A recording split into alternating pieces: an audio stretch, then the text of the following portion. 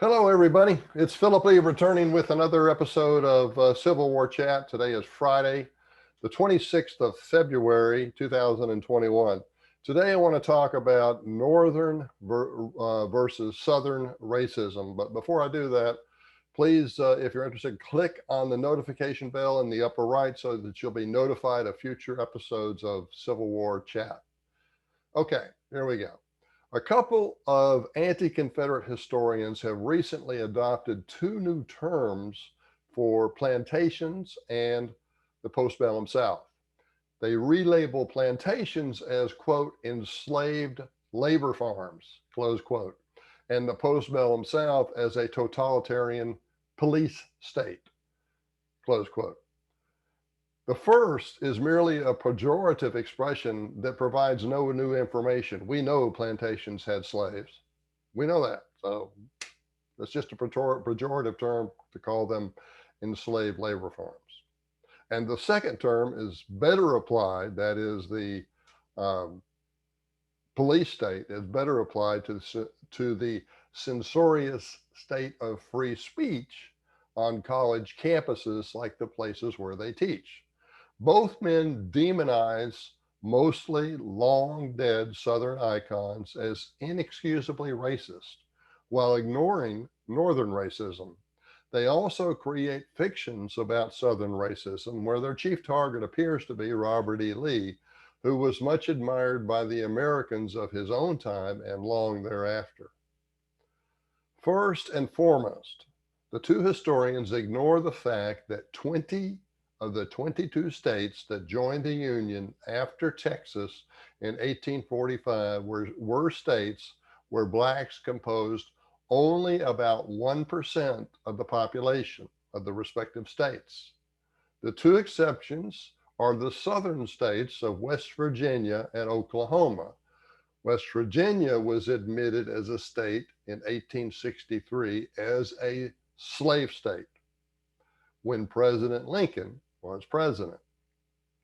So the facts above suggest that America's northern controlled polity deliberately kept blacks quarantined in the South as long as possible. Now, to be sure, Lincoln's Republican Party generally expressed the motive euphemistically as a desire to block the spread of slavery into the 1860 federal territories, which were mostly located west of Texas and the Missouri River. All of the 11 states that joined the Union after the end of the Civil War and until Oklahoma joined as the 12th edition in 1907, all of the 11 prior to that arrived with two new GOP senators, making 22 new GOP senators. In 1854, future President Abraham Lincoln said, quote, "The whole nation is interested that the best use shall be made of these Western territories. We want them for the homes of free white people. This they cannot be if slavery shall be planted within them," close quotes. During the California statehood debates in 1850, 4 years earlier, Lincoln's future Secretary of State, William Seward, stated that, quote, "The African race and the Aborigines," meaning the Indians, "constitute inferior masses," quote, close quote, "that cannot assimilate into American society." Even after Lincoln was assassinated at the end of the war, Seward said that he personally had, quote, "no more concern for Southern blacks than for the Hottentots of Africa," close quote, which was a tribe in Southern Africa. Hottentots were. 8 years before the preceding Lincoln quote that I just gave, Pennsylvania Congressman David Wilmot introduced a bill to prevent the spread of slavery, really meaning blacks, into any of the territories that might be acquired as a peace settlement for the Mexican War. During his explanatory congressional remarks, Wilmot said, quote, "I make no war upon the South, nor upon slavery. In the South, I have no squeamish sensitivities upon the subject of slavery, nor morbid sympathy for the slave. I plead the cause of the rights of white freemen. I would preserve for free white labor a fair country, a rich inheritance where the sons of toil of my own race and of my own color can live without the disgrace which the association with the Negro slavery brings upon free labor. During the war, Yankees refused to allow Southern black refugees to relocate to northern states. They let them lay in squalor in the contraband camps. After Lincoln sent Major General Lorenzo Thomas to the lower Mississippi River Valley to manage the displaced blacks, the general wrote back, it will, quote, it will not do to send them to the free states, for the prejudices of the people of those states are against such a measure, and some have enacted laws against the reception of free Negroes. You cannot send them north. You all know the prejudices of the northern people against receiving large numbers of the colored race, close quote. Even abolitionist Massachusetts Governor John Andrew refused to accept black refugees early in 1863. He was asked only to accept 500. Only when blacks were allowed to be hired as substitute for white Bay State draftees did Governor Andrew reverse his opinion and request that the Army send able-bodied blacks to his state in 1864, a year later. Recognizing that Andrew was merely wanted the blacks as cannon fodder to replace white draftees, Lincoln turned him down.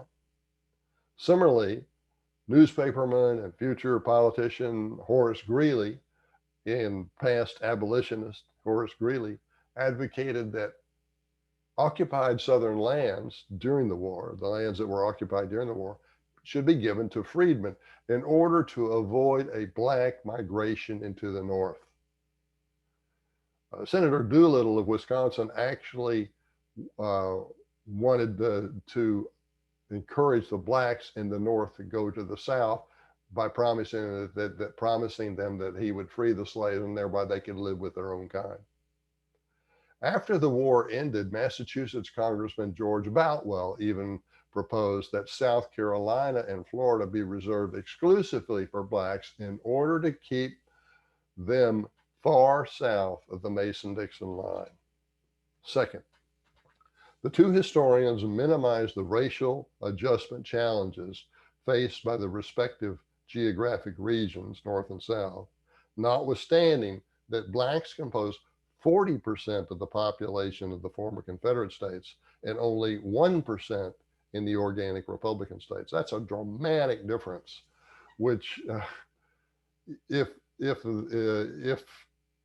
the blacks were all distributed 40% in the North, would have been an equal challenge. But with that kind of a disproportional penetration, there's no way to compare the racial adjustment that would be required of the two regions, and greatly faulting one, whereas the other one faced something that was only 1/40th of the problem.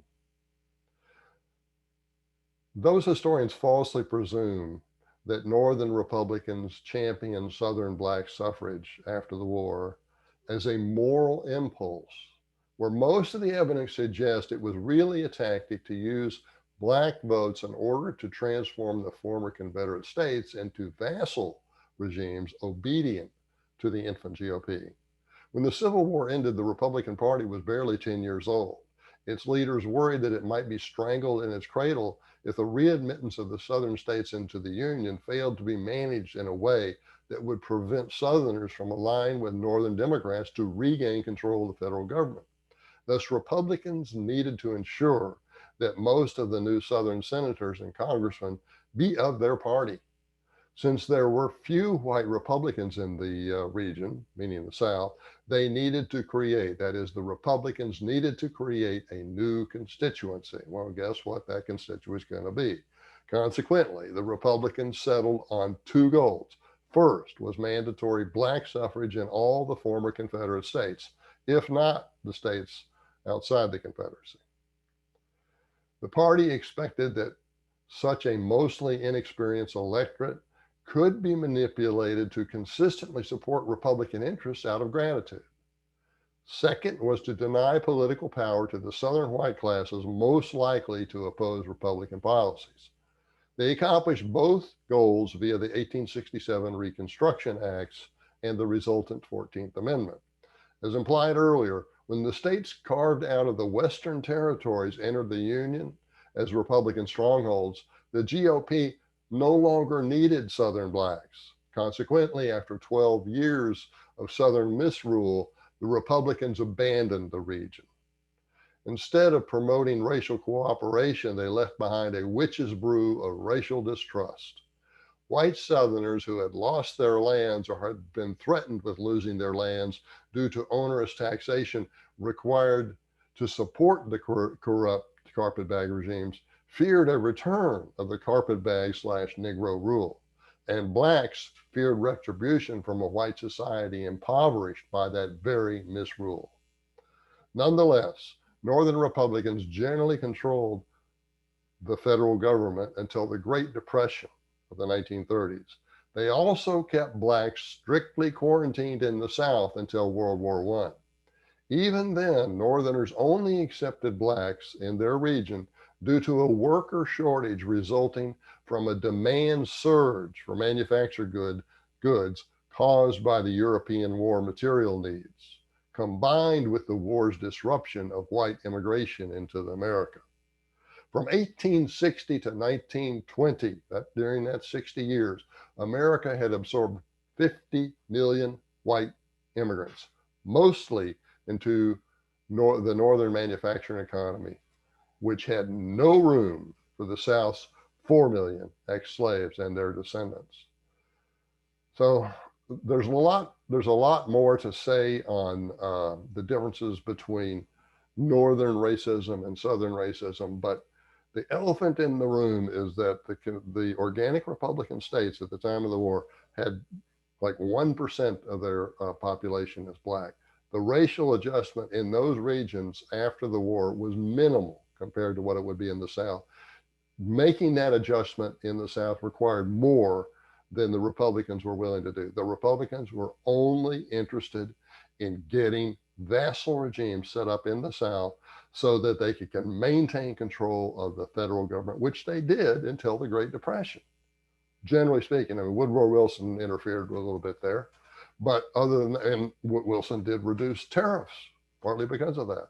But in general, what they wanted was simply control of the federal government. And of course, they don't represent it that way. Of course, the way they represent it is that they wanted to do the right thing morally by the black person. Well, if you believe that, then you can believe that today's Democratic Party wants Washington, D. statehood and Puerto Rico statehood out of a moral impulse for the good of the people in those areas or jurisdictions or whatever the proper term is. If you believe that, then you can buy that bridge. I'd like to sell you that bridge behind me. You can make a lot of money off of that bridge. And if you believe that the Democrats want anything out of Washington, D.C. statehood and Puerto Rico other than 4 new senators and the political power they would get from that, then let me sell you that bridge. Get in touch with me and I'll make you a bargain offer. Okay, that's our show for today. And thanks for watching.